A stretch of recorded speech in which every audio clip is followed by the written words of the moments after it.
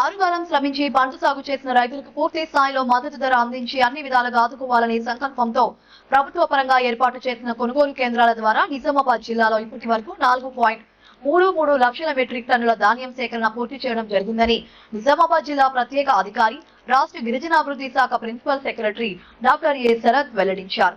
ఇంకను రైతుల వద్ద నుండి చివరి ధాన్యం గింజను సైతం కొనుగోలు చేసేందుకు ప్రభుత్వ యంత్రాంగం సిద్ధంగా ఉందని స్పష్టం చేశారు.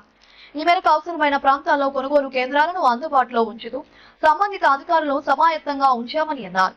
మంగళవారం ఆయన అదనపు కలెక్టర్ ఎస్ కిరణ్ కుమార్ తో కలిసి ఇందలావ్యాలో కొనసాగుతున్న ధాన్యం కొనుగోలు కేంద్రాన్ని ఆకస్మికంగా తనిఖీ చేశారు.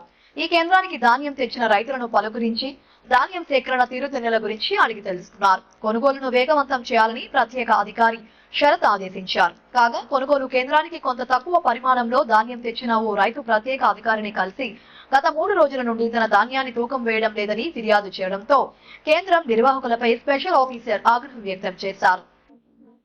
వెంటనే సదరు రైతు ధాన్యాన్ని సేకరించి సకాలంలో బిల్లులు చెల్లింపులు జరిగేలా చూడాలని కేంద్రం నిర్వాహకులను ఆదేశించారు. మిగతా రైతులు ధాన్యం సేకరణలోనూ జాప్యానికి తావు లేకుండా చూడాలన్నారు. ఏ ఒక్క రైతు ఇబ్బందికి గురి కాకుండా ధాన్యం సేకరణ ప్రక్రియను పూర్తి చేయాలని హితవు పలికారు.